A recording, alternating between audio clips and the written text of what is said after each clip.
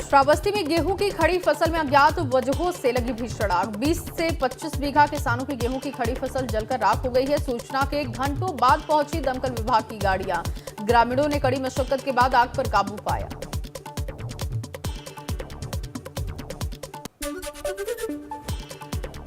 हमीरपुर जिले में खेतों में रखी फसल पर आग लगने का सिलसिला लगातार जारी है। अज्ञात कारणों के चलते 8 बीघा कटी गेहूं की फसल में लगी आग। ग्रामीणों ने आग पर पाया काबू। थाना बिवार इलाके के ठानी बुजुर्ग गांव का मामला है।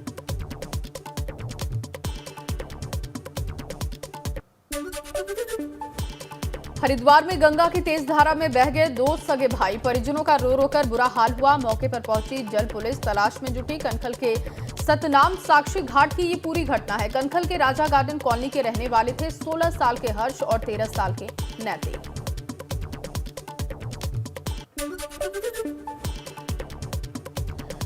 पात्रा चौल भूमि घोटाला मामले में ईडी ने मंगलवार को शिवसेना सांसद संजय राउत पर बड़ी कार्रवाई करते हुए उनकी संपत्ति की कुर्क। जांच एजेंसी ने राउत के अलीबाग स्थित 8 प्लॉट और दादर में एक फ्लैट किया कुर्क। ईडी की कार्रवाई पर कहा, मैं किसी से डरता नहीं हूं।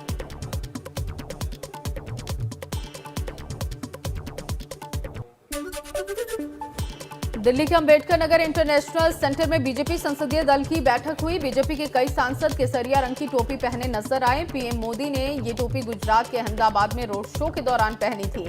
बीजेपी सांसदों को ये टोपी और साथ में एक किट पहुंचाई जा रही है।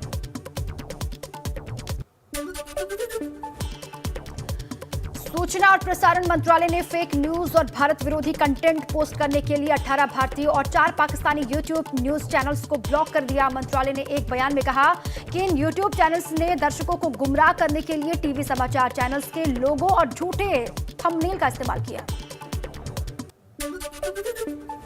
पेट्रोल और डीजल की बढ़ती कीमतों पर संसद में सरकार से सवाल के जवाब में पेट्रोलियम मंत्री हरदीप सिंह पुरी ने जवाब देते हुए कहा कि मेरे हिसाब से भारत में पेट्रोल की कीमत बीते 2 हफ्तों में 5% बढ़ी है।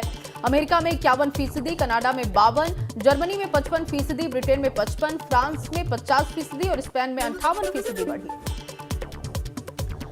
पाकिस्तान के चुनाव आयोग ने अगले 3 महीने के भीतर आम चुनाव कराने में असमर्थता जाहिर की है। चुनाव आयोग ने कहा है कि कई कानूनी अड़चनों और प्रक्रियात्मक चुनौतियों को ध्यान में रखते हुए अगले 3 महीने के भीतर आम चुनाव संभव नहीं है।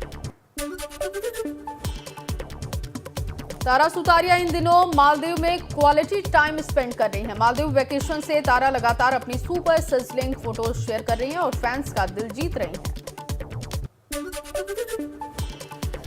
एक्टर ऋतिक रोशन इन दिनों अपने नए रिश्ते को लेकर ट्रोल्स के निशाने पर हैं। एयरपोर्ट पर ऋतिक को सबा आजाद के साथ देखने के बाद उन पर कई तरह के कमेंट आने शुरू हो गए हैं। हालांकि दोनों ने अपने रिश्ते पर अभी तक कोई बात नहीं कही है। एसएस राजामौली की फिल्म RRR धमाल मचा रही है। ये फिल्म अब तक दुनिया भर में 800 करोड़ का बिजनेस कर चुकी है। रिपोर्ट्स की माने तो इस फिल्म की सीक्वल बन सकता है। RRR की सक्सेस पार्टी रखी गई जिसमें एसएस राजामौली ने अपने डांस से हर किसी का दिल जीत लिया।